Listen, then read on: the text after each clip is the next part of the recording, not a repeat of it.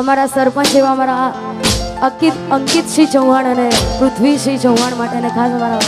ઠાકોર સાહેબ માટે ગવાતું હોય અમારા ભાઈશ્રીની ફરમાઈશ છે ત્યારે